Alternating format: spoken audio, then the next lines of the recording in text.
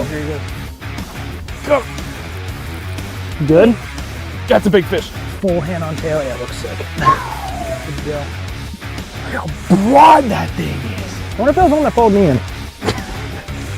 Beautiful. Oh my. That's a big That's a fish. big fish, dude. Limp. That's what I've been waiting for all day. That's over 6. Felt that bite. Damn, I think low and slow is the way to go, eh, baby? First big of the year on.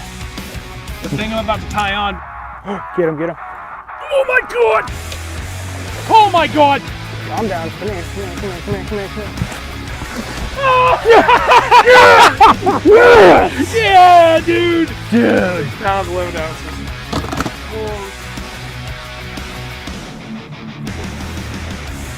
Oh my god, please get the net. Please, please, please, please get the net. I got you, buddy. Oh my god. I got you.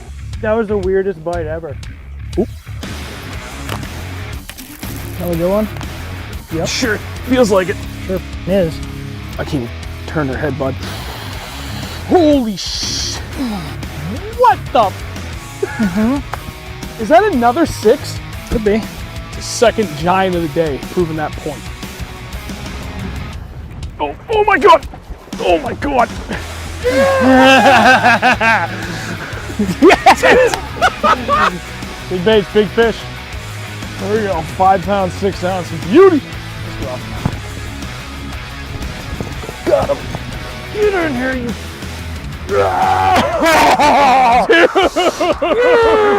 There's another 6. You. That's a big fish. 6'10". Woohoo! Little fatty. Oh my god. If I can land this fish. Holy sh! 5.06. Sick. Oh my god! Oh my god! Holy sh! God. What a beast. Dude, that's it, that's it. 4 pounds smaller. I need a picture. Sorry. Oh wow. That might be a 4. That might be a 4.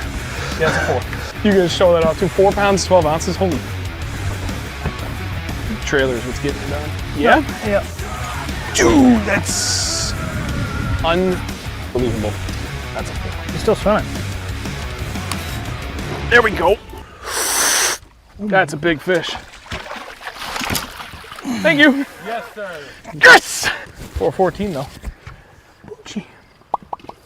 Not too shabby. Chewing in the fucking mic. Yeah, could you not do that? What the hell? How's he? Yeah, wow, howdy. Hey, everyone. Howdy. Howdy. I'm going to go ahead and tell you right now, I'm a smidgen under the weather. My voice is shot. Today was a rough day. I'm going to do the best I can. So just keep that in mind. I'm going to really let Tim do a lot of the talking because that is the idea behind tonight anyway. We're just going to facilitate a lot of questions. We'll see how the conversation goes from there. And Andrew can do a lot of the facilitating on his end as well. Yes, I do sound horrible. Thank you very much, Jason, you jackass.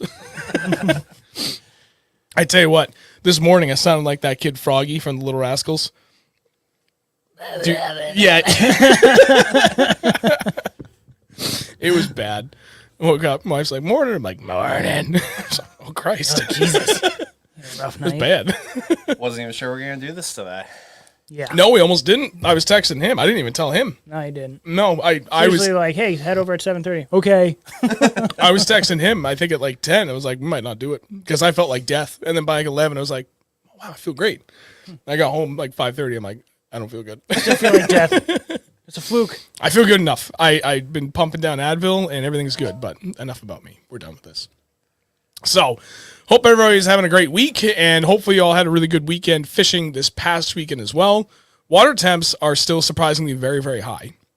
We went out to a spot with our friend TJ, Smallmouth Freaks on Instagram, this past Sunday, and none of us had ever been there. It went decent, like 18 plus pounds in our best 5, which will cash you a check in almost any New Hampshire tournament. Ha. And we a little over 20 fish total, but I mean that was between the 3 of us, so it's not like we were cracking them by any means, but it wasn't a terrible day considering we had never been there. I'll take it. Water temp is still 58 though, The lake's what, 350 acres? Yeah, something like that. Yeah, so Between not 300 and 400 acres. Yeah, not huge. Average depth is probably close to 20 feet, but there is a fairly large area. Actually, no, it's probably closer to 30. I'd say Now I think about it. Because the whole middle was 35. Yeah, even when you go up that long, skinny arm. Right. Water is still 58. So that's like way northern Vermont. So that kind of helps paint a picture for you guys that are out there looking for that bigger, deeper water, what to expect when you go out there this weekend. Hopefully that helps. Oh no, Alec, my new boat is cursed. One small fish per outing. Nice. That's how it goes. We've all been there. We've all been there. Way too many times too, especially recently. Yeah, fishing in New Hampshire. Yeah. And again, in all fairness, in all fairness, from two different perspectives, it was the same 6 or 7 different ponds, but it was 6 or 7 different ponds. It all sucked. So take that for what it's There's worth. an average going on here. It ain't good. Speaking of new boats, I got some rather upsetting news on mine today, but I think we got that corrected. And so I might be able to get my boat back finally this Friday or Saturday and then facilitate the process for the new to me boat that I hopefully will pick up next Friday, and it will be good. So anybody that was going to ask us your update. But let's get on some questions here. So we're joined by our friend Tim Dube. Tim and I go decently back in the sense that I fished in the same club as him and his father in 2011 with the Last Cast Fishing Club. Great group of guys. I still love every single one of those people. And you guys thoroughly kicked everybody's ass even that year. I'm pretty sure that was like your second year in a row you guys were team of the year. And that was me and my buddy Josh Rafter. And I that took was his like spot. that you did. That was like I got to a point leading up to that year. I'm like, yeah, I know what I'm doing. I can fish tournaments. And I got up there and fished Glacier Lakes for the first time. I was like, I don't know what the fuck I'm doing. We're not doing this next year. Very humbling season. But that's where I first met Tim. Since then, you've been fishing just a ton of tournaments, especially at the local level, and then getting into some of the bigger, more regional ones. And now, I believe, this is your third year you've qualified for at least for a regional, correct? I think I've qualified for the regionals second year in a row. For nationals, for regionals, I don't know, probably 5 or 6 years now. Nice, okay. So, been there a couple times. I couldn't remember. I had to think about it. I was like, God damn, why can't it? But whatever. I barely remember what I did yesterday, so this is not a surprise. Hey, same. Yeah, I just worked on bass boats all day.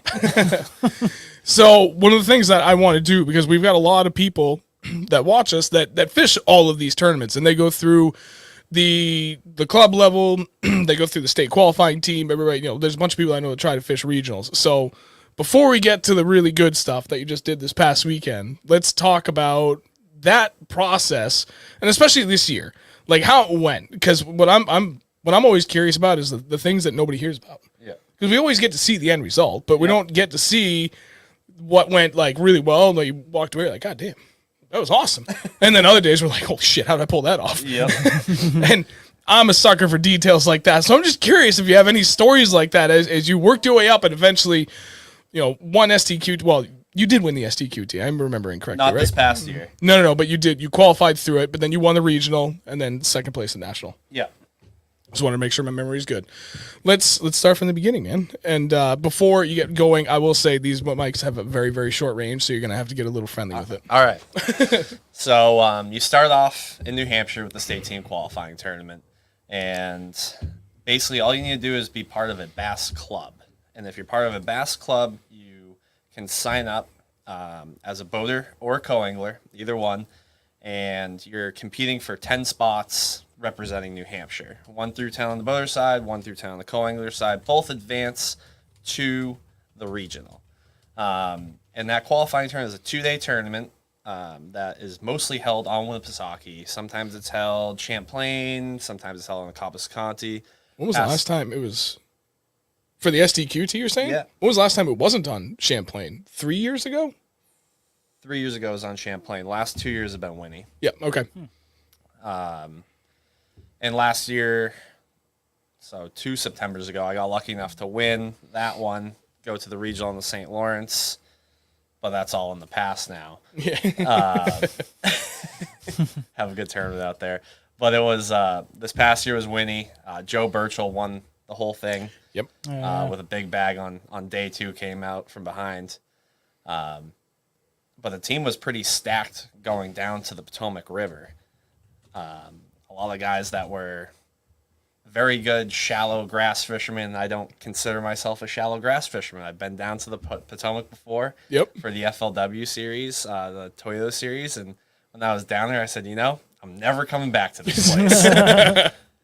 And then they announced it was on the Potomac River in June. I'm like, well, I guess I'm going back one more time. So that was basically qualifying through the state. Top 10 coming out of the STQT, going the cumulative weight. And I think I finished 4th overall, which it doesn't matter, 1 through 10. Yep. As long as you're top 10, it doesn't matter. You advance to the regional, where then you're competing against all these other states, all from the Northeast. And it's all you need to do is be the best person from New Hampshire to advance into the national championship. Yep. So we go down to the Potomac. I'm having a horrible practice. It's shallow, tidal, grass, June, post spawn, like just all the worst scenarios for myself. And I stayed with Kevin Miller and Joe Burchell, and we're out there, and none of us are really on anything. And I'm like, well, I'm just going to go run community hole to community hole and see what happens. Yep. And because that is a thing down there, is running community holes. And day one, I go out, and I think I had a check-in at 3:45 was my check-in. And we go out there and just having a bad day. Pick up one here, one there. I have 4 fish at 3:43. Jeez. And I hook one on a frog. Crank it in through the milfoil, boat flip it, unhook it, put it in the live well. Yep. This is day one. Put me at 12 pounds. Drive to the boat ramp. I misjudged the no wake. I checked in with 5 seconds till I was late. Oh, My wow. goodness. So day 2, I go out, have a worse day. I was in 2nd for New Hampshire. The top 2 people from each state advance into the final day Yep. of the regional day 3. So Kevin Miller's leading the state. I'm right behind him, like 4 or 5 ounces behind him. And we go out and we fish, and I caught a limit, and Kevin didn't have a great day. Oof. So it pushed me into the national championship. And the craziest part about all of that was if I was 6 seconds later and had a 1 pound penalty, would never have made day 3. Yep. Would have never gone to the national championship, and now would not be going to the Bassmaster Classic. Yeah. That's absolutely insane. 1 second. 5 seconds. 5 seconds. 5 seconds. 4 plus 1. Well, it makes me That's feel wild. better about my TBF, the BFL, where, I mean, granted, it wasn't necessarily because I just misjudged it. It's because I literally blew my motor half mile from check-in, but, Yeah. but not the only one. Cutting it very last minute on the way to weigh in. That's crazy. So I advance out of the Potomac. I don't win the Potomac by any means. I finish, I think, 14th or something like that overall. Yep. But tops in New Hampshire. Best one out of New Hampshire. Yep. Which is all you need to do. You only need to be the best person from New Hampshire. You don't need to be the best person down there. So you advance to the national championship, which is Lake Hartwell, South Carolina. Did a little bit of research going down, not a ton. Last year when I made the nationals, I flew down, hired a guide, like went fishing with him, mostly uses boating to go out. Yep. And drove back down 22 hours. Was all stressed out the whole time I was down there and just absolutely bombed. And I'm like, this year is going to be a little bit different. I didn't pre-practice at all. 18-hour drive, and just kind of drove down there a day later than I wanted to. Yeah, Yep. you came to the shop when I was talking to you. You're like, yeah, I'm supposed to be down there. Yeah. Like, get your ass on the road. Had to go see Sean. Pick up a couple last minute things. And we got down there, and day one of practice, fished everything you were supposed to fish. The cane piles, the brush piles. You're supposed to throw a fluke. I do like doing that, though. Everything you read about. Yep. Well, they weren't eating it for me. Someone out there was catching them on, I'm sure, those baits. So it's 1 o'clock, and I have 1.5 more days of practice now. And I go, you know, the wind's blowing on that bank over there. Let's go down it. Yep. I idle over to it, start throwing a little glide bait around a little bit, have a 3.5 come up and choke it. Sounds fun. 6 feet of water. 6 feet of water. Like, you're not supposed to do that. Here you're supposed to be in 15, 20, 25, 40. Yep. The guy who won, Will Davis, he won in 35 to 45 feet of water. I know he wasn't lying because I saw him because I was on the bank and he was out there. Yep. Same creek. So in 4 hours on the first day of practice, from 1 o'clock to 5 o'clock, because he had to get off the water before dark, weighed 16.5. And I'm going, all right. Look up some recent tournaments when you get off the hotel, like off the water to the hotel, like, oh, how would that make me do? Yep. Where would I be? All right, I'm right there. I was going to say, down there, that's actually pretty damn good. I'm right there. So day 2, all right, I'm going to go run some other stuff that looks like it. Yep. And just kind of added to it. Caught 14 3/4 that day practicing.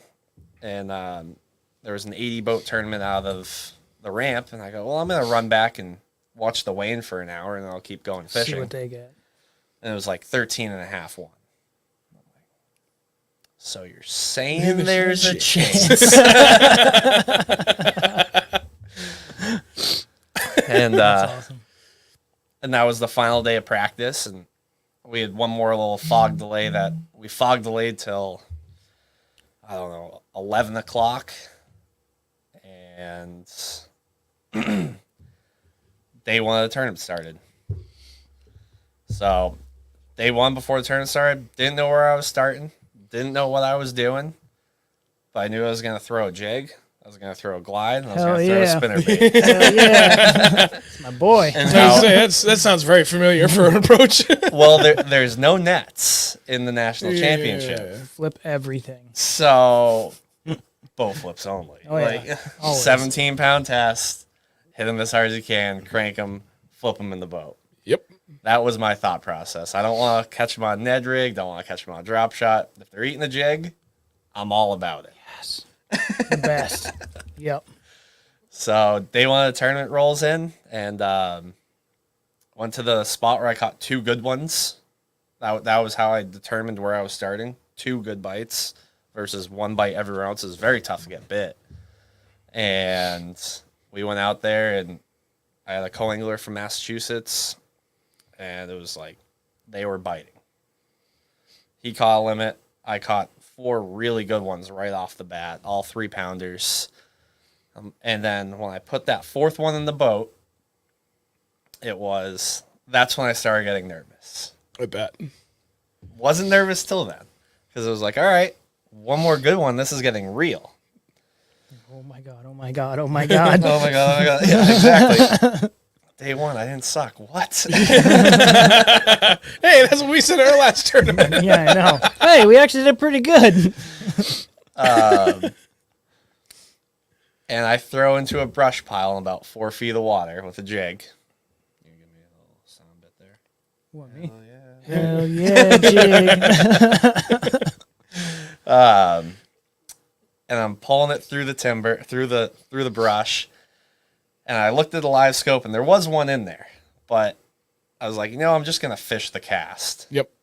I'm just going to fish the cast. I don't care what the fish is doing in there. And it goes thump. Hell yeah. You understood the assignment. Yeah. Get her! Hit him with everything I have. Gets hung up in the brush. Comes out. Wall up, so can't jump. Yep. Oh boy. Figure 8 it. Go to boat flip it. Snaps off. Hits the rail. Into the water. Oh, no. I am not good at judging spotted bass. Probably a 4 to 5 pounder. That's a Which- huge yeah, it's a spot. huge spot. Huge spot. Huge spot. Yeesh. Like a 3 is a big spot. 3's a big spot. Last week a 2.5 was a big spot. Keep talking. I'm getting water. I'm dying. And so now the wheels are starting to spin, but just gotta go fishing for one. That's all we're doing today. You have the whole day fishing for one, and it was like 10 minutes later, catch a 4 1/4. And my co-owner goes, "Don't boat flip this one." Yeah, right. Boat flip. Did not break. Good. That's awesome. And then that was my Hell day yeah. one weight. My day one weight was 16.3, caught it all within 45 minutes. 45 minutes. Yeah, first spot. It all went down. That's pretty sick. It made you feel good. Oh, yeah. Get them all on the boat, and you're like, okay, now what do I do? Yep. Can I call any of these out? Probably not. And that was day one. Went in, got lucky enough to get the lead. 2 ounces over Will Davis Jr., who ended up winning the tournament. And Water's right there. they, Go ahead. day 2 rolled around. Story time. And day 2, they did not like what I was throwing.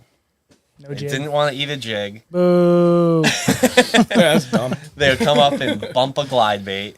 They Boo. wouldn't even open their mouth. They just bump it. Bump. And you're like, oh, well, there's a bite. I washed. Never mind. Don't relive that horror story. I think I told you, didn't I? Yeah. Why I didn't set the hook? Yeah. It's okay, Andrew. It only cost us about $600 in second place, but it's fine. It's only an 8 to 10 pounder. Yeah, I know. Not crazy. No idea how big it was. Got very lucky day 2 with 11 something, whatever I had. And I lost so many fish that day. They just were biting the bait weird. Just one of those days. And you could tell because everyone's weights were down. Was it like short striking it where you weren't even getting them pinned, or were you like at least stinging them and then they were coming undone? So dragging the jig, donk. Yep. And spotted bass, they'll thump it. It's not like a smallmouth where it just kind of gets mushy. Yeah. Or a largemouth where it just starts going left. Yep. It went donk. And then you'd lift up. And half the time they would be there, half the time they wouldn't. And if you just let it sit there, they'd come back to it. Yep. Came back to it. And then you're like, all right, he's got it. Set the hook. Fluoro pinging. Oh yeah. Pop. Aw. Yep. No, okay, I know what you mean. Yep. Yeah, I know that And feeling. you're just like, how did they not get the hook? So that was my entire day 2. And I had a late day. I had a 4 o'clock check-in. oh, jeez. And very much so like the Potomac River, day 1, I ended up catching a 3 pounder with 8 minutes left in the tournament, Damn. which called out a 12 1/4 incher. Hell yeah. It's gonna happen all stream. It's gonna be my new thing now. Just the sound bites from the corner. So then we roll day 3. It's only the top 10 make the final day. And roll out boat number 3. Pretty excited. Still disappointed from the day before, but as Bill Belichick says, and what Mark Fournier says to me all the time, we're on to Cincinnati. Yep. Can't Just live in the past. We're on to Cincinnati. on to the next day. And go out there and first spot, 5 minutes in, 10 minutes in, first bite of the day, 4 1/4. Yeah. Ooh. Nailed it.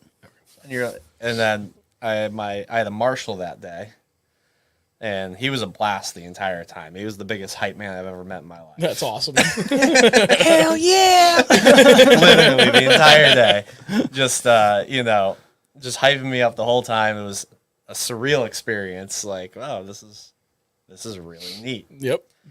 And caught another one on a jig, 3 pounder. Nothing. So now I have 2 really good ones. Haven't lost any. Lost some the day before. Lost one on day 1. It's all good. You're fishing clean day 3. Fishing clean day 3.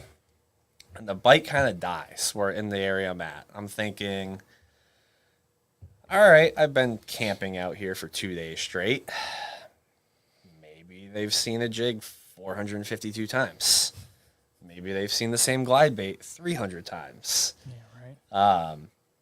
And I look over at this island, and the wind's crashing on it. Perfect.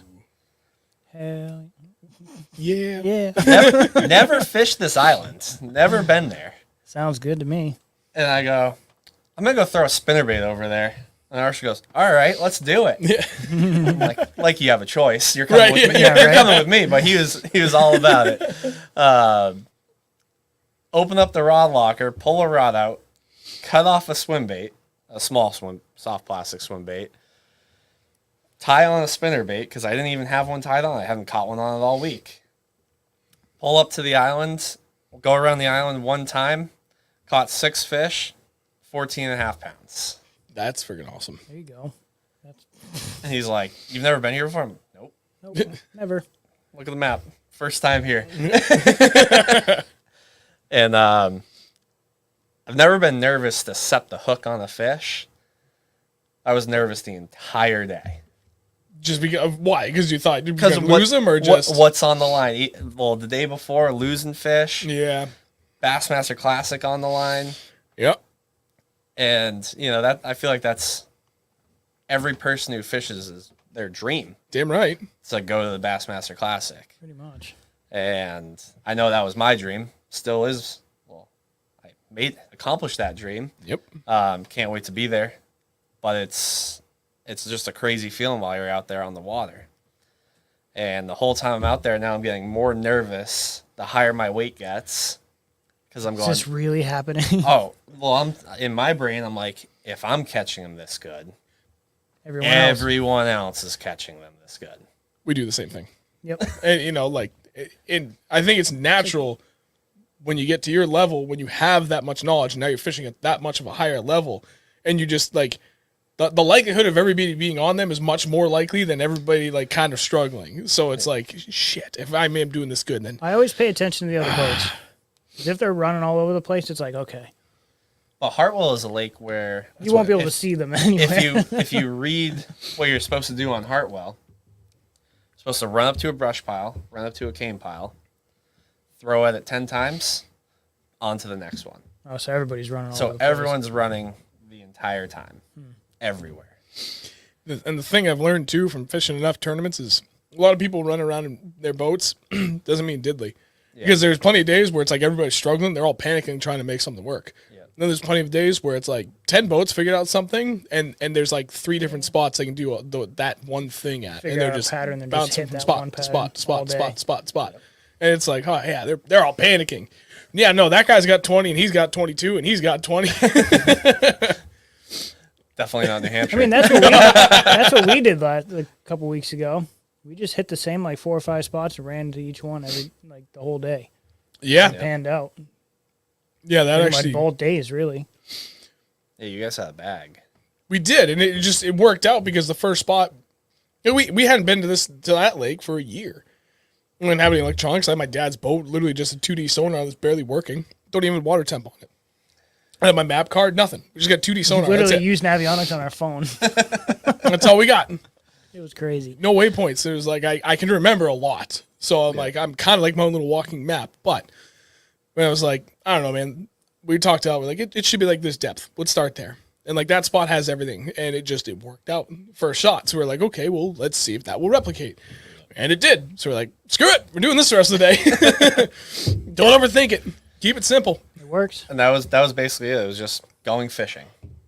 And then I had like 10 minutes left, and I'm like, you know what? I have 14 and a half. I'm not going to lose by being late. Yep. So I go in 5 or 6 minutes early, and I pull in, and the leader's on spot lock in front of the boat ramp. Oh, no. I go, all right. So he's one of my buddies. Met him last year. I pull over to him. I go, you get him? He goes, I got him. More importantly, did you get him? I'm like, I got like 14 and a half. And he goes, you might get invited to the elites. I go, what do you mean? Because he's already qualified. He goes, if you finish second, you're getting invited. So now And I go, well, I'm not going to finish second. These guys know how to catch them. And they were biting today. If you have 15, I have 14 and a half. They caught them. Like, these guys are hammers out here. Yep. And what did Will say? Well, he goes, you'll be just fine.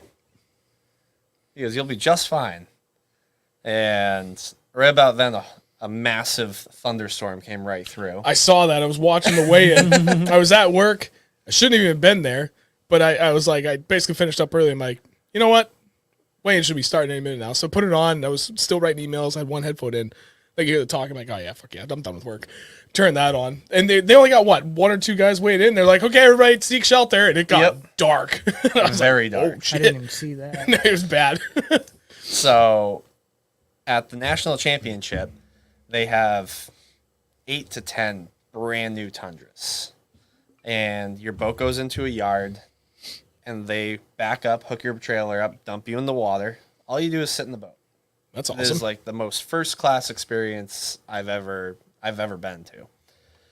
And so you're sitting out there and you're waiting for someone to grab your trailer, and you're looking at the clouds this way, and you're looking at what boat they're on, and you're looking at the clouds, and it's just coming. Oh, yeah. Oh no. So you're just putting your rain gear on as fast as you can. I pushed spot lock.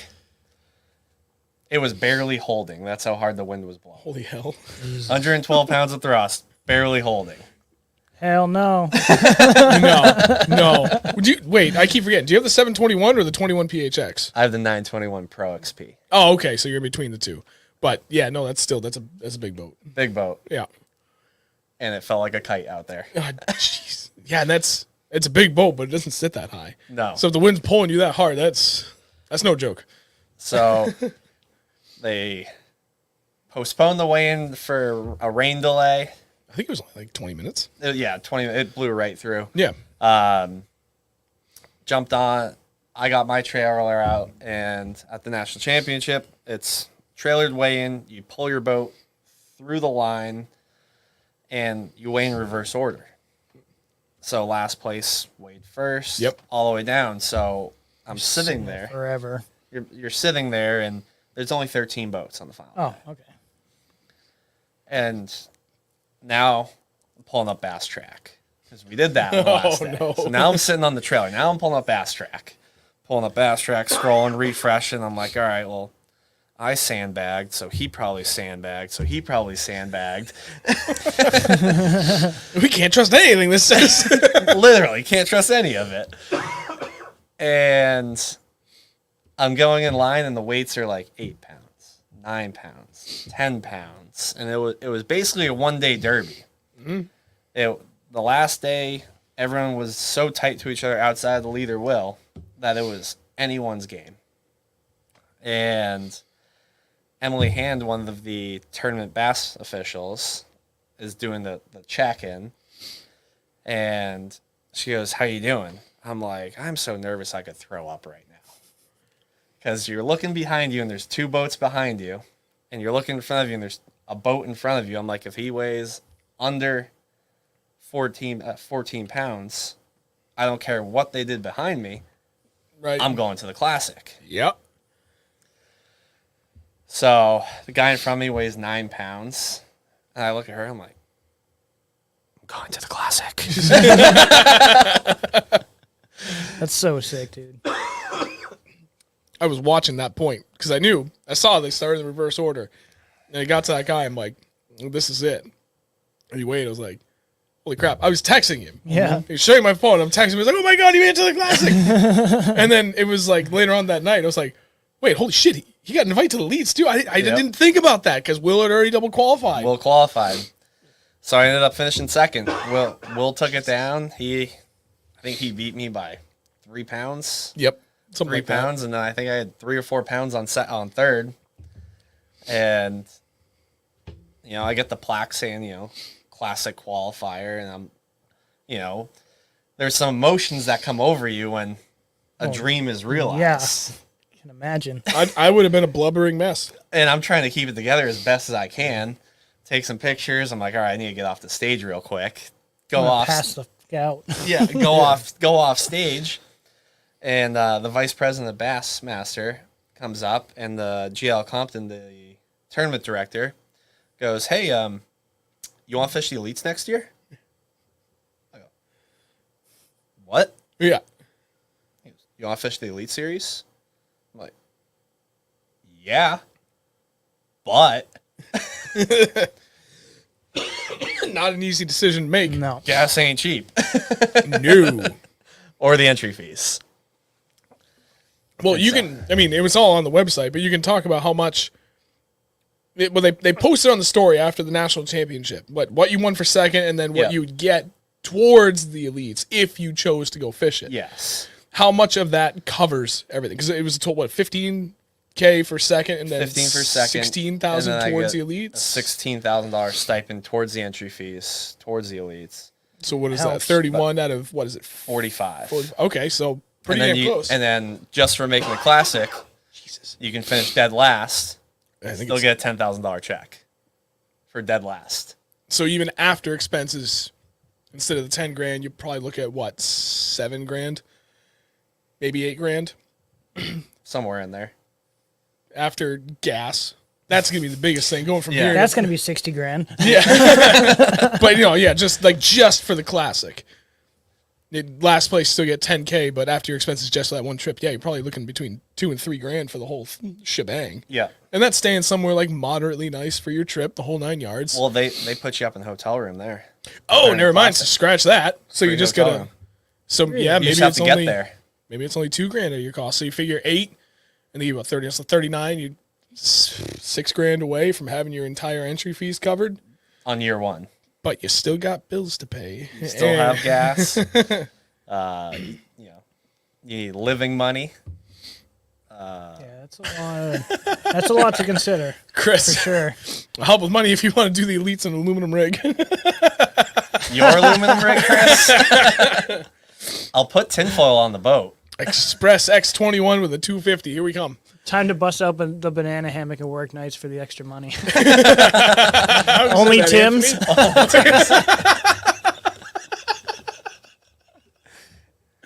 I'll sell my feet pics for you. Oh my god, that's great. We're gonna have to do that. OnlyFans for all of us, so we can just sell feet pics to support Tim on his first 2 years on the elites. Call it Tim's Toes. Oh, jeez. We already have a name for it. Timmy's Toes. Only Tim's toes. Maybe mine. Oh my god, That's fucking awesome, though. that is just everything is awesome. So you're definitively doing the classic because that's a no brainer. Yes. And there's nothing special needed from that other than probably what would you think you need, like 2 weeks off? Because I know there's like some. So the like- classic goes off limits January. The Grand Lake goes off limits January 1st. You're gonna get down there between now and then. So if you want to pre-practice, because I've never been to Grand Lake, Yep. and I can't get any information about Grand Lake or any baits to throw already because I'm in the classic, so it's all off limits, no info already. So I have to get down there before January 1st. It's a huge lake, Yeah, it's not small. not small. And then it goes off limits till March. And they give you 3.5 days of practice Yep. while you're there. But for the classic, especially coming up through Bass Nation, is there any there's the word is escaping me, so I'll just say like marketing aspects to it or obligations that you would have to be there for? Or thus far, as of now, all you know is you're just there for the tournament. You're going to show up for the official practice period, do that, fish tournament, and The only requirement, and I mean, I still have a ton of questions with Bassmaster and everything. yep. Because it's kind of like you go to the Nationals and you do well. They're like, hey, you're in the Classic, and hey, you have an Elite Series if you want it, and we'll email you. Oh, and then that's it. They're just like, have a nice day and Drive home. Okay. So I have reached out with a whole bunch of questions. I will get a boat for a year. That's right, because the top 3 guys from Top the 3 get national get a boat, So I got a brand new boat to run for a year. which is Sick. nice. And What is it? it's a Nitro Z20. Huh. Brand new. That's pretty sick. That thing's gonna rip. Doesn't suck.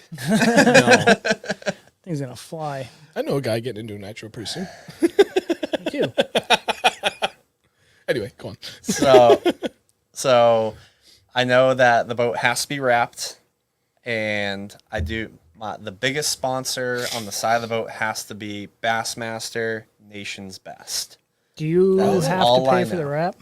I do have to pay for the wrap. Well, Because we I got a guy can right next to add- the shop that does it. I say there's either that guy or there's VFX wraps down in New Jersey. Yeah. That's who like a lot of guys use. So That's awesome. that's where I'm at right now. That's pretty sick. Trying to think like So stay tuned. how much preparation have you started doing for the classic? Because with the elites, you pretty much said or alluded to the fact that you haven't made a decision yet. So we're not going to go down that path. Just everybody, round of applause. He got invited to the elites. Decision incoming. But the classic. So Oh, you're welcome. Sorry. how much work have you done, I guess, getting prepped for the classic to this point? I mean, it just happened not even a week ago, so it's not like there's been a whole lot of time between getting home and being here. I've done absolutely zero prep work for the classic. I don't blame Good you. man. It took me 2 days to get home. I got home and Now he's here. I went to work on Monday. So I have done absolutely nothing to prep for it. Are you still on like cloud 9 from the tournament, or did you kind of start not necessarily going back to normal, but like finding a steadier state emotionally at some point during the drive home? The drive home. So pretty much anyone who's seen me drive know that pretty heavy on the gas side of things. So is he. 85 with the boat. Here we go. You know, you're 80 to 85, Sometimes 100. fast lane, going the whole way. Yeah, pretty much. So for 19 hours, I drove home in the right lane, doing between 55 and 70. Holy crap! Just You were just- you were just.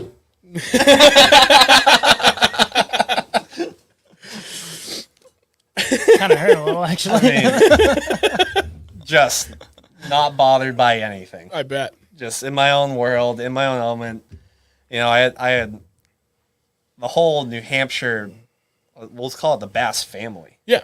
Because New Hampshire, you know, we're so small, relatively speaking, pretty much everybody knows each other. Yeah, really. Yeah, we could probably in And- the span of 30 seconds rattle off like at least the top 20 guys that are like at every single major New Hampshire event. Yep. And like that, the support from that New Hampshire Bass family was absolutely unbelievable. I bet. All the text messages, it was very, very humbling, just very cool. Yep.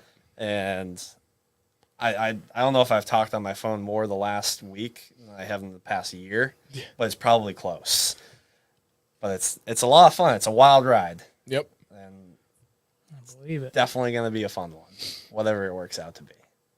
It was one of the things that, like in all aspects of life, people like to use different terms. He deserved it. He earned it. He had it coming. Whatever you want to say. I prefer the term, and especially in this case, you earned it. Like, dude, you've been doing this for so goddamn long, Oh, yeah, especially dude. from the tournament perspective, and you put in the time. So that you did this well the whole way through and made it to the classic is not the least bit surprising because you fucking earned it. You put in the Appreciate goddamn that. time and you busted your ass, and it showed on the water. And I don't know, like I was watching through the whole thing, and I was like, God damn, Doobie's killing it. And it's not surprising, but like, God damn, Doobie's killing it. And I was seeing all the posts on Facebook and Instagram, everybody tagging you, and I was like, dude, this is like, it's just awesome to see a guy that you know doing really well at that level. And then it's even more awesome. It's the greatest thing when you see that level of support coming in locally where everybody that you always know is like, dude, fuck yes. Yeah. That is awesome. And everybody had your back. And it's that camaraderie that I love about fishing so much. And we've talked about this before. It's like what it used to be back in the day when we used to go to the skate park with BMX and riding, and even in tournaments. Everybody hypes you up. Everybody hypes you up. I mean, there's a guy being first place who go out there and just stomp a run that's way better than his, and he's the first one to be like patting you on the back, like, dude, that was fucking awesome. And that's how fishing is, for the most part. For the most part. For the most part, there's still some kind of salty sallies, but for the most part, like it's. I know what you're talking about. It's just phenomenal, and to see you go out there and earn it, dude, I'm happy for you and I'm proud of you. I appreciate that. Freaking awesome to see it all come together. Hell yeah. Yeah. And now you got the classic coming up in March, which is fucking nuts. I'm gonna be waking up in my skibbies on Saturday morning in March watching Tim Dube on TV. Yeah, that's wild. Hopefully. I'm not putting pants on. I'm not even putting underwear on. You kidding me? I'm just going to lay there in the AC even if it's cold out. Crack a window. Get out of the way. That's freaking awesome, dude. That is awesome. It was fun. Stoked for you. And my sister has a group chat with all of her girlfriends. Yeah. Hell yeah. I was just saying, any single friends for someone? You know, we have Steve Estes up in New Hampshire here, Bass Fishing Electronics, and it just so happens Bass Fishing Electronics works into Big Fish Energy, BFE. Yeah. So Hell yeah. I had some BFE sent my way, Nice. and it worked out.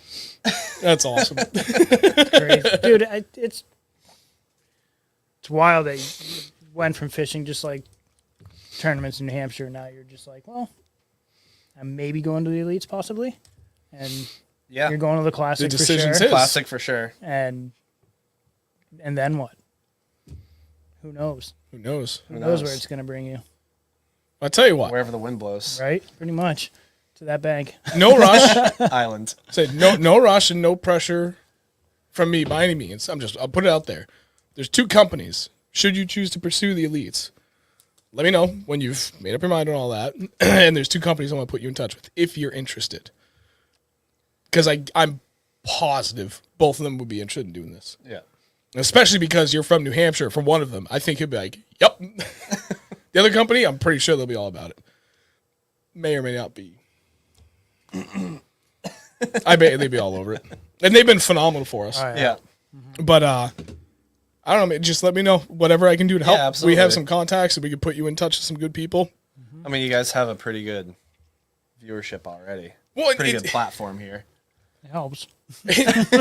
Dude, this whole thing is still utterly perplexing to me, by the way, because like going back all to when from I them. first fished that club with you guys, I wanted to be better than I was, and I was like, God damn, I don't know anything, but I know a couple things. But okay, I can work on this. And I get better.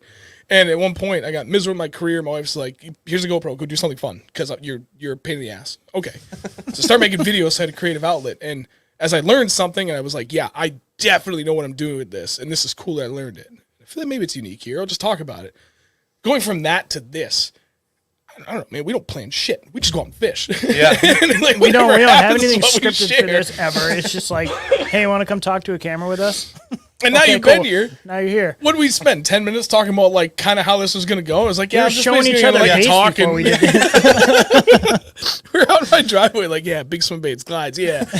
What are we doing for tonight? Oh, you just talk about how you did. Yeah. All right. Just talking. Nothing crazy. But so the benefit of that and the companies that have reached out to us to work with us, like, there's a lot we said no to just because, like, we don't need it. Great. It's fucking awesome when it happens because it's Yeah. very humbling and it makes me excited and that people are interested in what we do. But because I'm not chasing that, the relationships we've built have been very, very genuine. So all the companies that work with have been like, they're like the people we talk to behind it. They're all awesome people. Yeah. I'm starting to lose it. So with that all in mind, it's not just like, yeah, it's a company, they throw us money and cool. No, it's Yeah. like, it's good people behind it too. That's really important to me. Yeah. And that's, you want a brand that you feel good supporting. Right. Yeah. We've been offered by a few companies that were like, that would be huge. But no.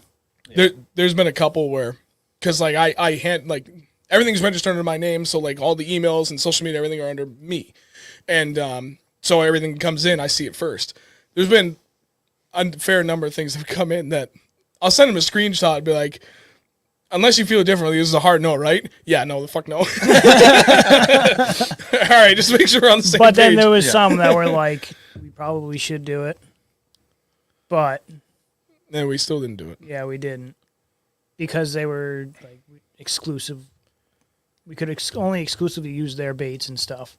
So it was like, no, because we use these jigs from Beast Coast. We use, we have other sponsors that we still need to make happy. And if we would have done that, then we would have lost a lot of other sponsors. Yeah. Yeah, and that there was one big company that came in that like they had that, and I'm not necessarily opposed to like an exclusivity thing. And as you go down this road, you're probably gonna run into the same damn thing. But for me, dude, I'm a whore for figuring the pattern out. And if that happens to work with something that one of my sponsors makes, awesome. Yeah. But when a sponsor or a prospective sponsor comes out and they're like, okay, we'll give you all of this. Here's the stipulations. One of them is you have to make 5 videos a month where 2 to 3 minutes of that video is talking exclusively about us. No, that's not me. Never has been, never will be. There are companies that like Beast Coast is an outlier in that, and same Ben's. Ben supports the hell out of us, and they've had everything we've ever needed. And they have Beast Coast. And Beast Coast, we're jig fishermen first and foremost. We just catch almost everything on there, so like it works because we Jigs, just hammer them on flies, that. jerkbaits. But yeah, no, there's been a couple of companies like, so we need like 10 unique posts a month. No, get fucked. Yeah, I can't do that. And stay fucked. Oh wow. No, not Guggen. No, nope, not them. Not that far off from it now, though. Chris you're Martin's right. throwing some heat. In What did this he say? chat. Oh, he sorry for saying? the cup loss. Oh, Sorry for your cup loss this past weekend. Chris is awesome, and he can talk trash with the best of them. Have you seen his beard? Yeah, it's glorious. Yeah, I know. I'm thinking of growing one. Do it. No, Come on. no, I don't have yours a might be boat one yet. color though. It will be. Chris's is like 4. You're not wrong. No, there's some grays in there. Don't let this fool you. It's short. Chris got a little black and some gray and a whole lot of white. Oh yeah, it's true. I'm not that far behind, guy. It's good. He's like Kris Kringle. Heavy metal Kris Kringle. Yeah. Oh, it was glorious. So, all right, let me ask one of these questions then. Out of everything that you did for all these tournaments leading up to this past weekend, the national championship, and I'll go a step further, or even going back to like the first time you made it to the regional and the first time you made it to the national championship, what lessons did you learn along the way that you're like, God damn, if I'd known that from the beginning, this would have made my life a hell of a lot easier? Fish to your strengths instead of what someone else is telling you to do. That is phenomenal advice. Fish what you're comfortable with, and then find your own fish. Yep. That's pretty much the biggest one. Like, if you do something that you're not supposed to be doing there, and it's working, run with it. Yep. Because most likely someone else isn't doing it. Yep. Like, I think I didn't talk to everyone there, but I fully believe I was probably the shallowest person on Lake Hartwell the past week. And you usually don't fish shallow. No. I'm a forward-facing guy. Yeah, I know. And definitely just like fish to your strengths. Don't read into the hype. Don't jump into the dock talk, which there is a lot of, especially the bigger the tournaments get. The more that's on the line, I feel like the dock talk just goes through the roof, and I feel like 80% of it is just BS. So it's funny you bring that up. Yeah. When we fished the Berkshire Fall Classic, granted much smaller scale, but still.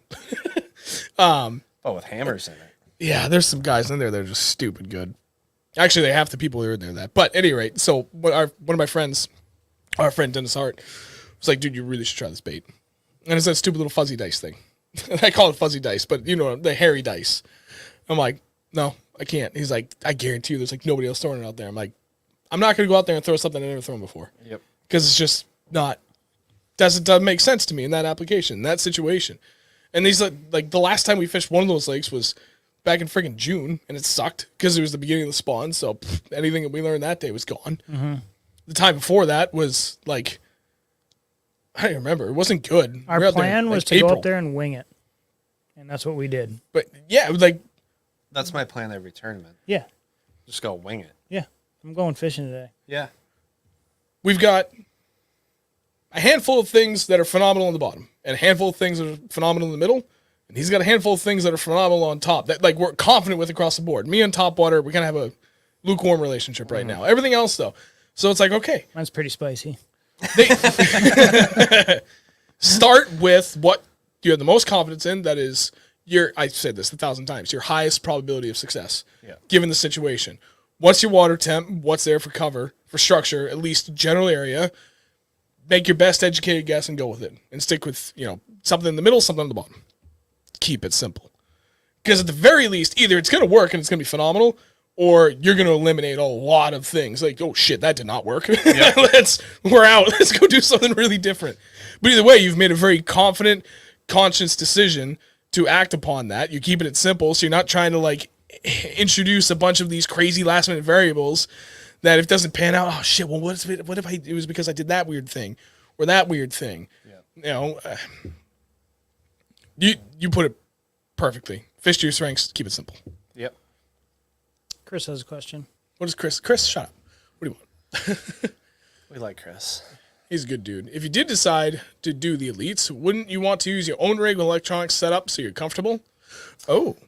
So I get the boat and I can rig it however I want to. So Mr. Estes and Knowlton are going to be very busy relatively soon. You could say that. Wait, do you get the boat for the Classic? I'm just kidding. Do you get the boat for the Classic too, or just for the elites if you decide to do that? I get it for both if I decide to do the elites. Okay, so if I say no to the elites, I can do the opens. Either way, just by finishing top 3, I get the boat for the year. Yep. So I could do top 3, get the boat, and not fish anything. Neat. So you just get the boat to use all year. For 1 year, and then you give it back to them. You're still keeping your boat. Yeah, Obviously. see, I feel like for me that's no brainer. Even if you didn't fish the opens or the elites, just to have a brand new boat to borrow for a year, so you're not beating the piss out of your own. Yeah, I'd take that. Yeah, rode hard, put away wet. Yep. Yeah. Sorry, girl. Sunk. You take a little break. I'm really sorry about everything I've done to you.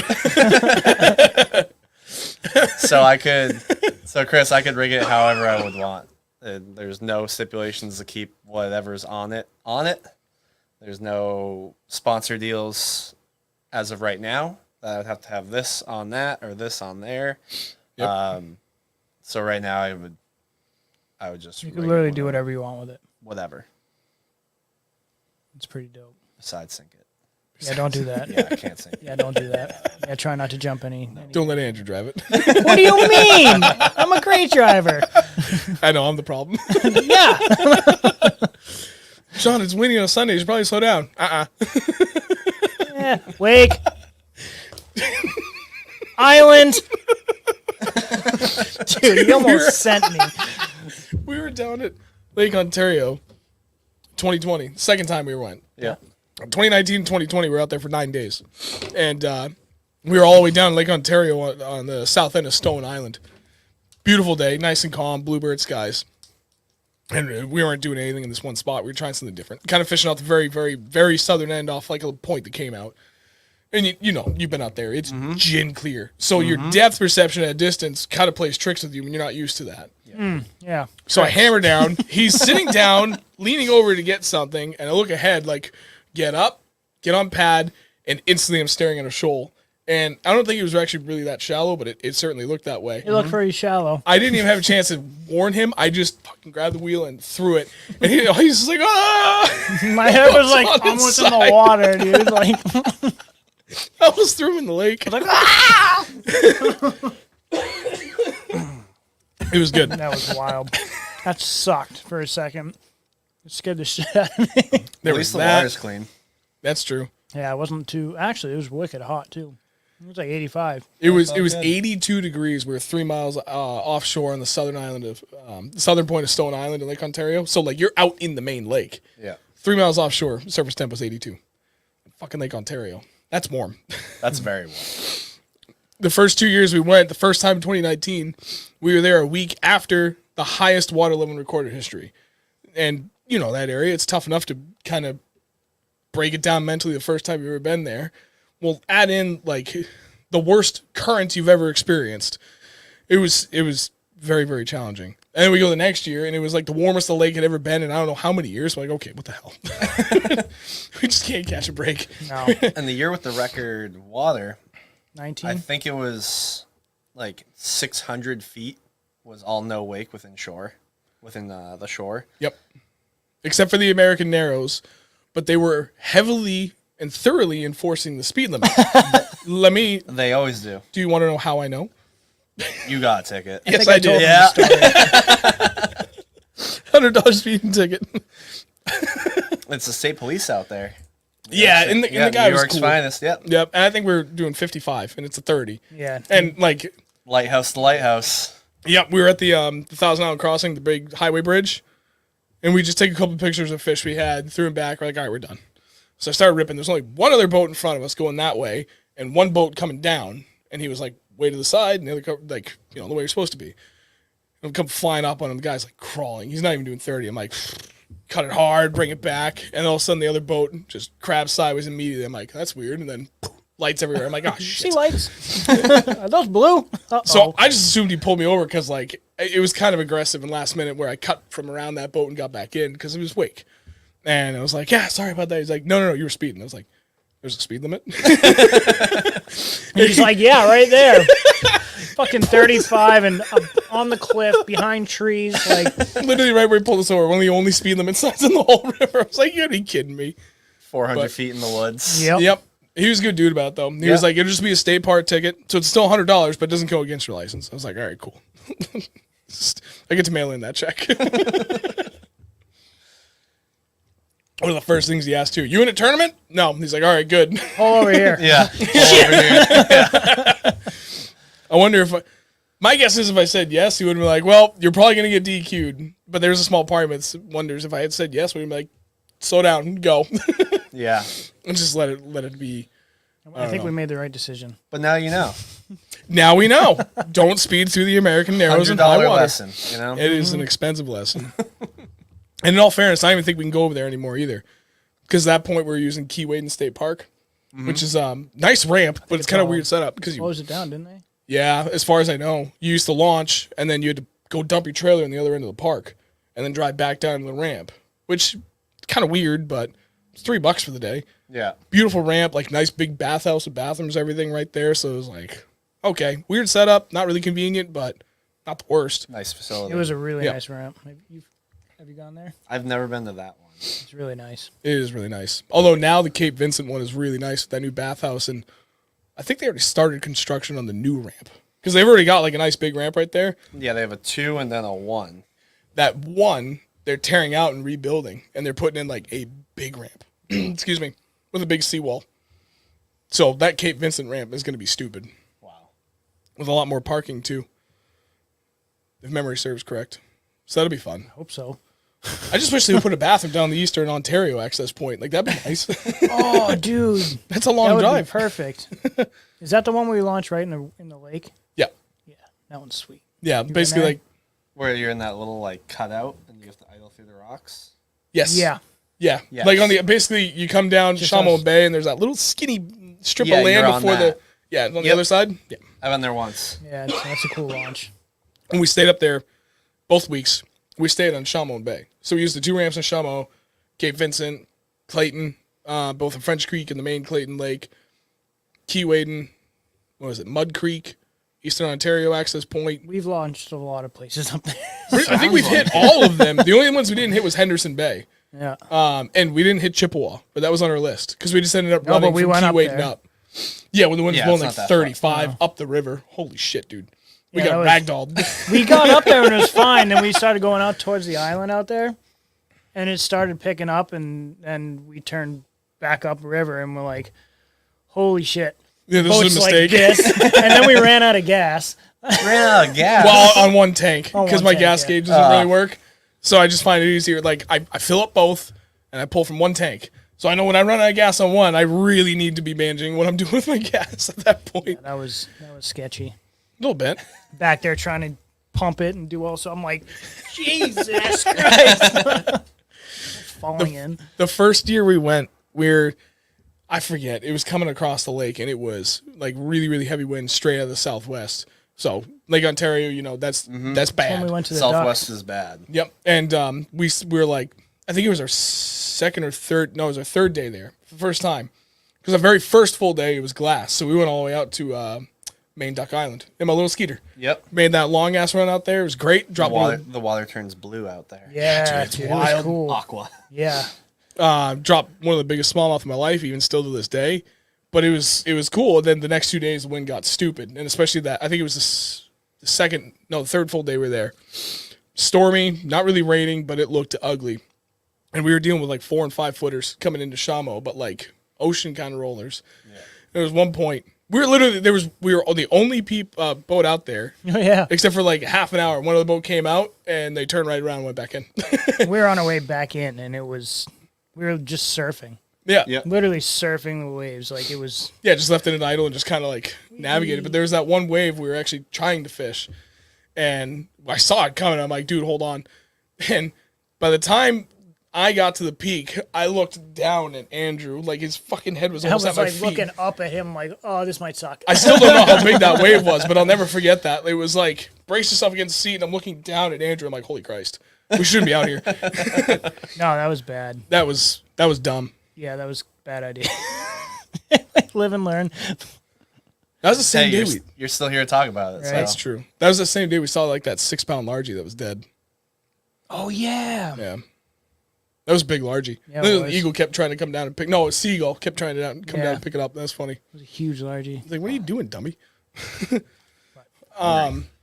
you have any other questions? I got to stop talking. How old My are you? voice is killing me. 29. Hell yeah. Yeah.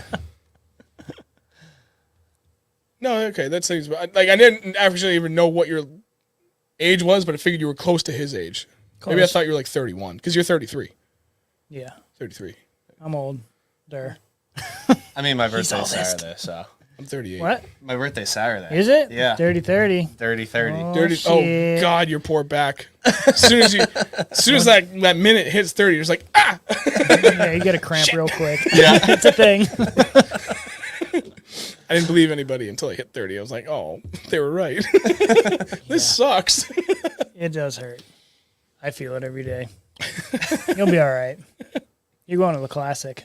You're going to the classic. You're Yeah. not going to feel it for a couple years because all the blood's going to be going somewhere else. Can't think. All blood left brain. Was there anything else you wanted to ask him? Okay, so No, I don't think so. is there anything you wanted to specifically talk about that we didn't talk about? I Anybody you think- I wanted to think we talk about? Cover basically all of it. Good.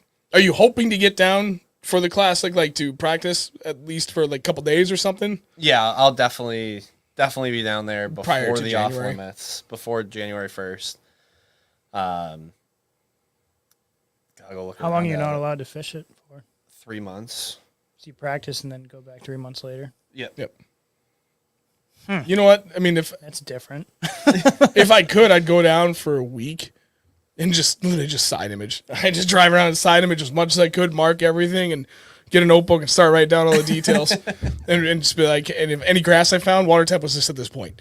Yeah. And the next 3 days, probably spend the first day side imaging everything that was like, yeah, highest probability, and either oh shit, grass is gone, or grass is like a- better. is that a I don't know, deep just lake? try and go through it, huh? Is it a deep lake? I've done zero research. Oh, okay. What was it, Grand Lake? Yep. Yeah. We have to stay public here. I am just curious. We have to stay public. It has to be In Oklahoma? public information. Tulsa. Tulsa. Oh. Tell me that's it. No, that's Keystone. It's Keystone. It's 90 miles away from Tulsa. Right there. That is giant. Okay, yep. That ain't that deep. No, it's not. It's only 60 Look at the feet. main river channel. 90 Oh, wait a feet. minute. Oh, there you go. That's only half of Winnie. You'll be fine.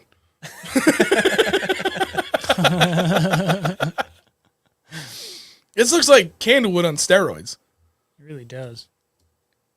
I could share this with the stream, but y'all can pull up your own Navionics and go take a look. Is that? Oh. Yeah. This really is just like a Candlewood on steroids.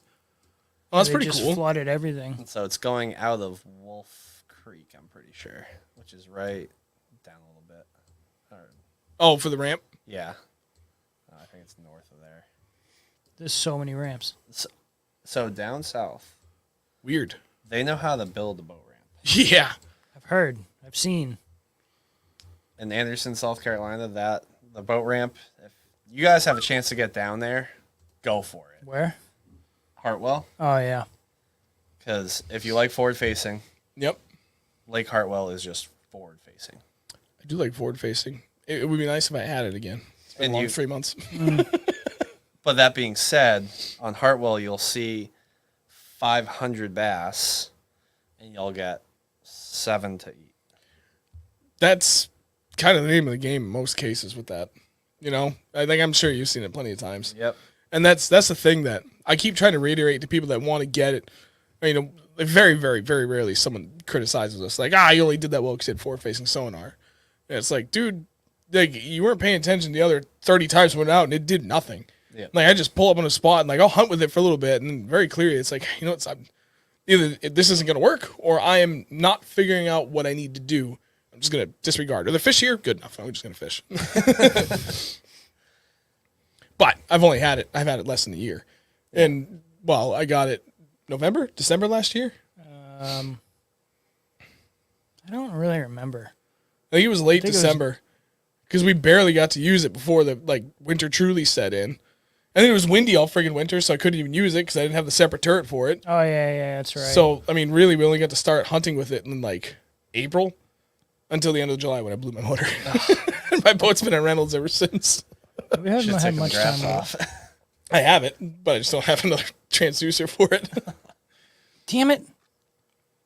In all Steve, let's honesty, borrow one. if I had known that it was going to take 3 months for me to get my Skeeter back, I would have taken ripped everything off of that. everything, I yeah. would have thrown it on the Ranger. That would have been awesome. Oh, it That would have been Ranger great. We could put my poles on it. Do everything to it. Dad, you know your $4,000 boat? Now it's $14,000. But I'm keeping it. Yeah. If you want it back, you're going to have to pay us. You're going to have to ask Andrew. I want that. The title's in my name. Well, but I mean, possession's 9/10 of the law. I've never been in trouble for possession. I think Joe's being cheeky. Do you have any forward-facing sonar tips? For Joe? No. Joe doesn't really use forward facing that much. That's a lot. Good for you. That's a lot. He does use it. Just having the right settings, making sure you know what a rock on the bottom looks like versus a fish sitting on the bottom. Yeah, Would be that's the right true. thing, and that's going to be a color palette thing. And then I would have it set to the maximum distance where you can still see fish as possible. So that was something I first started playing around with, and I'm trying to think. I think it was in May. Yeah, there was one local pond around here. One of the first calm days. And I just remember Dale Wyman was the one. He was like, optimal settings is, what would he say? 1.5 to 2x forward what your down is. Yeah, whatever that is. If it's down 20, up to 60 out. Yeah. And I was like, okay.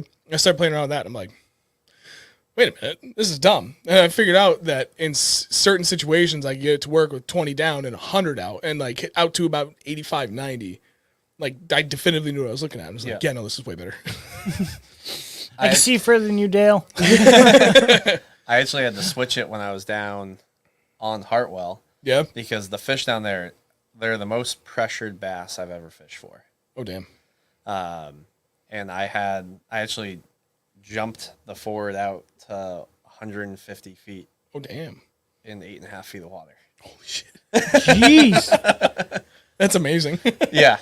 That's pretty wild. And you could see him at 120, 130. I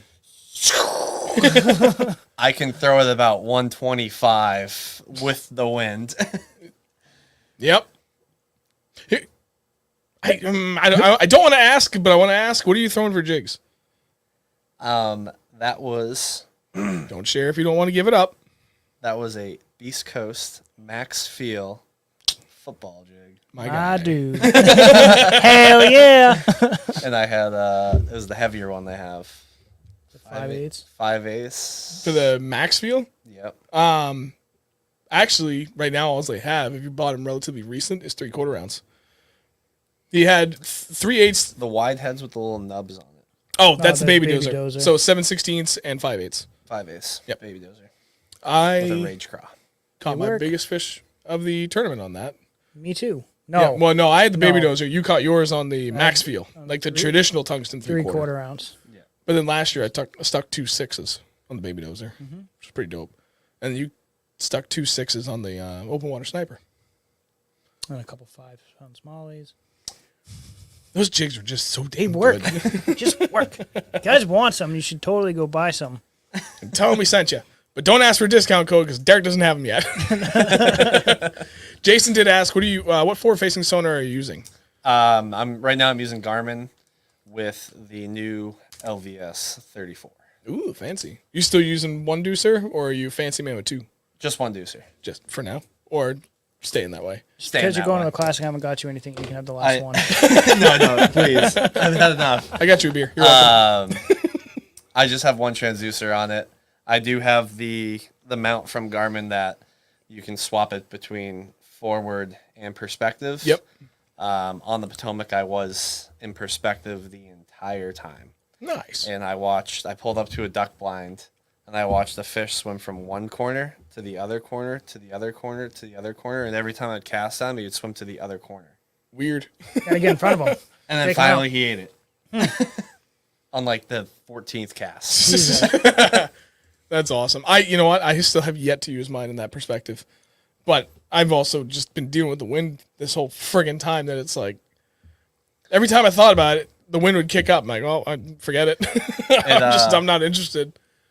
You can watch them swim around rocks and whatnot. It's pretty neat. Yeah, see, and that's why I want to try it. Because there's a couple of places. Actually, Perspective? what are you doing this weekend? Me? Yeah, Sunday. Probably spending it with family. Okay. I was going to say, 'Cause I got birthday weekend, so Oh, yeah, your birthday Saturday, so. and I haven't You been gotta home sleep at all. in. That's what you gotta do Sunday. It's perspective like Scout on Lawrence. Yes. Can we borrow your boat? We'll take it up to the Vermont Candy Factory, Brownie Factory. We'll leave some waypoints for you. You can probably just buy it. That's true. Don't look at me. How many hours you got on that thing? I'm afraid to know. The new Powerhead or the old? the new one. Actually, how many were on the old one? 965, Damn. That's actually really good. and the new one only has 280 on it. Oh, no kidding. Basically brand new. Yeah. Just broken in. It's a new freaking motor. Somebody motor. buy it. Brand new motor. Don't look at me. Actually, I saw it. Was it John Wright that was selling his too? He got the same motor as you? Yeah, the Mercury Verado. Yeah, and I saw it posted. I was like, ooh, his boat. You know, I'm not a big fan of red, but I like his. I was like, all right, I'll entertain it. And then I saw you had like 650 hours or something on the That's motor. I was nothing. like, no, I'm good. That's nothing for a Verado. I know, but You have power steering. So when you're driving 70, Yep. you can take 2 fingers and cut the wheel. oh damn, Either way. that is pretty better. Cut the wheel at 70, but Oh, yeah. actually that'd be pretty fun. My dad's old Ranger still does that. Not 70, but 52, 52.8. 52.8. Turning Ripping in loaded it. with us two in it. There you go. No windshields. Plenty fast. That saved you speed right there. Yep. Only one one friggin' sounder up on the front that we had tilted down. I think it was streamlined. Yeah, that thing was mint. Yeah. Tucking great. with a paddle. You got the paddle. All right. Well, I tell you what. I appreciate you coming on. Thanks for Busy having schedule. me. Yeah, no, man. I'm glad this worked out, and I'm glad you're able to share your experience with everybody else that's watching, and hopefully for those that are, either have already been going down this path or are considering going into it next year or the year after, going up through that. I know the format has changed a little bit, but for all intents and purposes, it still remains there. And then the New Hampshire, the Bass Federation, essentially kind of has that same format, and that still exists as it is, to the best of my knowledge. I believe so. So there's a couple different avenues you can go, but yeah, man, that's all. I thank you for coming on. Appreciate it. Thanks for having me. I apologize right. to everybody for my voice. Hopefully I'm better next week. Andrew? Oh, wait, before you go, Hi. Timothy Dube Fishing on Facebook, correct? Timothy Dube Fishing. It Yep. is in the video description below. If you guys are on Facebook, go ahead, send them a follow on that. I did not have this up on Facebook tonight because I use StreamYard to stream, and that functionality to Facebook was broken. So for those that normally watch there, I am sorry. But Yeah, man. Thank you again, Andrew. Send her off, bud. You want to do it? No, I'll do it. You can barely do it. I know, I can't. I'm probably going to fuck it up. We will see you guys next week. As always, every Wednesday at 8 p.m. at ReelNorthernBass.com. Just kidding. That's not right at all. Reel Northern Bass at YouTube.com. Adios. Wait, YouTube.com at YouTube? At YouTube. YouTube.com/@ReelNorthernBass. It's getting weird. There we go. He's almost there. I'm so good, dude. It's been like almost 2 years, and I don't even know what the hell I'm doing still. Everybody have a great night. See ya.